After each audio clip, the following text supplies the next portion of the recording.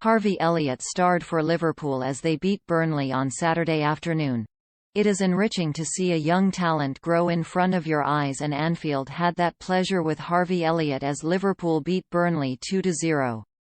Thrown in for his first Premier League start, the 18-year-old evolved from little boy lost against Sean Dyche's Dementors to a man made for the stage in the space of 90 nourishing minutes.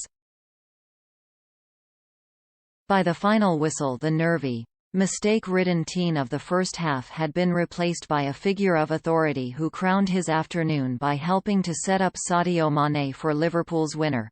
He walked down the tunnel blowing kisses to the crowd as they applauded back. Respect to Jurgen Klopp for picking an English prospect and for sticking with him when it threatened to unravel.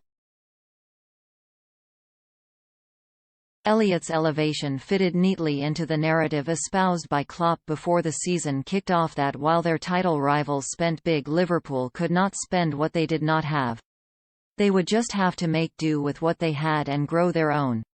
Elliott is an academy product who, while born in Chertsey, has the credentials for hometown hero status as a lifelong Liverpool fan who was taken to his first game at Anfield at the age of just 3. As Elliott walked out to the strains of You'll Never Walk Alone, he took some grass, crossed himself and looked to the heavens. This was his childhood dream made real. Burnley, though, the team that ended Liverpool's 68-game unbeaten home league run last season, are not about romance. Within 2 minutes of Elliott kicking the game off, he was writhing on the ground after being taken out by Josh Brownhill. If there is one opponent in the Premier League primed to examine a teenager's physical credentials, it is Sean Dyche's robust collective. The no-nonsense undercoat to Burnley was reflected in a throwback exterior coat yesterday which saw Dyche put out a starting side wearing numbers 1 to 11. It was the first time the Premier League had seen such a thing this century.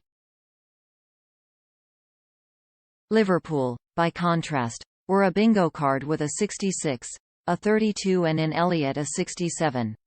For Liverpool, this was supposed to be the day to celebrate the return to post-COVID normality, with old friendships rekindled around the ground and familiar rituals renewed, but the queues to gain entry were horrendous, with some fans missing kickoff.